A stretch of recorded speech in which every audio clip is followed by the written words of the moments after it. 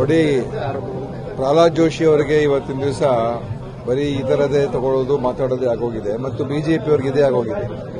ಈ electoral bonds ಅಲ್ಲಿ ಸಾವಿರಾರು ಕೋಟಿ ರೂಪಾಯಿ ಲೂಟಿ ಮಾಡಿಬಿಟ್ಟು ಯಾರ ಹತ್ರ ಏನೇನು ಇಸ್ಕೊಂಡಿದ್ರೆ ಯಾರಿಗೂ ಕೂಡ ಗೊತ್ತಿಲ್ಲ. ಇಡೀ ದೇಶದ ದೊಡ್ಡ ಮೋಸ ಅದು ಎಲೆಕ್ಟ್ರಲ್ ಬಾಂಡ್ಸ್. PM ಕೇರ್ಸ್ ಅಂತ ಅನೌನ್ಸ್ ಮಾಡಿ ಎಲ್ಲರ ಕೂಡ ಗೌರ್ಮೆಂಟ್ ಎಂಪ್ಲಾಯೀಸ್ ಇಂದ ಎಲ್ಲರ ಕೂಡ ಇದು ಗೌರ್ಮೆಂಟ್ ಟ್ರಸ್ಟ್ ಅಂತ ಹೇಳಿ ದುಡ್ಡು ಇಸ್ಕೊಂಡ್ರು. ಅದು PM ಕೇರ್ಸ್ ಪ್ರೈವೇಟ್. ಅದು ಪ್ರಧಾನಮಂತ್ರಿ ಹೆಸರನ್ನ ಯಾವ ರೀತಿ ದುರುಪಯೋಗ ಪಡಿಸ್ಕೋಬೇಕು, ಗೌರ್ಮೆಂಟ್ ಆಫ್ ಇಂಡಿಯಾ ಸಿಂಬಲ್ ಅನ್ನ ಯಾವ ರೀತಿ ದುರುಪಯೋಗ ಪಡಿಸ್ಕೋಬೇಕು, ಒಂದು ಖಾಸಗಿ ಟ್ರಸ್ಟ್ಗೋಸ್ಕರ ಅಂತ ಮಾಡಿರ್ತಕ್ಕಂಥದ್ದೇ ಇವರು. ಅದರಲ್ಲಿ ಸಾವಿರಾರು ಕೋಟಿ ರೂಪಾಯಿ.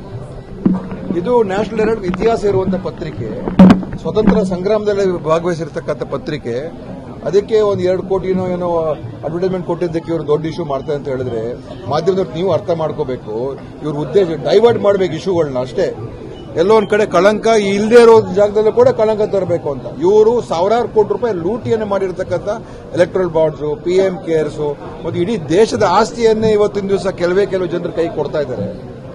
ಅದು ದೊಡ್ಡ ಇಶ್ಯೂ.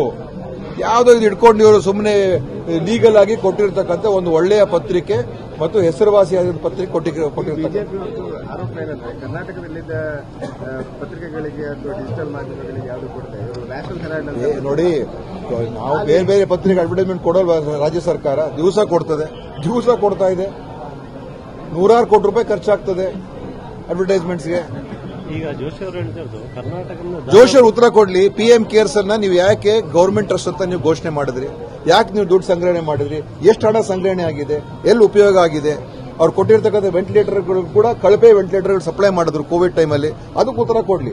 ಎಲೆಕ್ಟ್ರಲ್ ಬಾಂಡ್ಸ್ ಅಲ್ಲಿ ಅವರು ಸಾವಿರಾರು ಕೋಟಿ ರೂಪಾಯಿ ಲೂಟಿ ಮಾಡಿದ್ರಲ್ಲ, ಯಾರಿಗೂ ಸುಪ್ರೀಂ ಕೋರ್ಟ್ ಅನ್ನು ಸ್ಟಕ್ ಡೌನ್ ಮಾಡೋದು.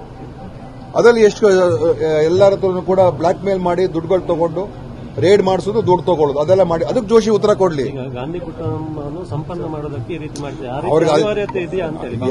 ನೋಡಿ, ಬಿಜೆಪಿಯವರು RSS ಅವರು ಎಷ್ಟು ಈಗ ಚಾಣಕ್ಯ ಯೂನಿವರ್ಸಿಟಿಗೆ 1000 ಕೋಟಿ ಮೇಲೆ ಸಂಗ್ರಹಣೆ ಮಾಡಿದ್ದಾರೆ ಹಣ. ಈ RSS ಅವ್ರಿಗೆ ಎಲ್ಲ ಕಡೆ ಇಂಥ ಸಂಸ್ಥೆಗಳ ರಚನೆ ಮಾಡೋದು, ದುಡ್ಡುಗಳು ತಗೊಳ್ಳೋದು, ಇದಕ್ಕೆ ಯಾರು ಕೂಡ ಕೇಳಂಗಿಲ್ಲ.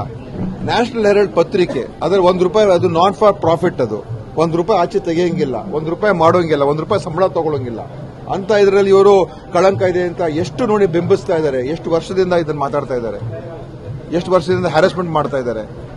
ಅವ್ರನ್ನ ಕರೆಸಿ ರಾಹುಲ್ ಗಾಂಧಿ ಅವ್ರನ್ನ ಇಡೀ ದಿವಸ ED ಮುಂದೆ ಕಚೇರಿಯಲ್ಲಿ ಕೂರಿಸಿ, ಸೋನಿಯಾ ಗಾಂಧಿ ಅವ್ರನ್ನ ಕರೆಸಿ, ರಾಹುಲ್ ಗಾಂಧಿ ಅವ್ರನ್ನ ಯಾವುದೋ ಒಂದು ಕೇಸಲ್ಲಿ ಅವ್ರಿಗೆ ಡಿಸ್ಕ್ವಾಲಿಫೈ ಮಾಡಿಸಿ ಪಾರ್ಲಿಮೆಂಟ್ ಇಂದ.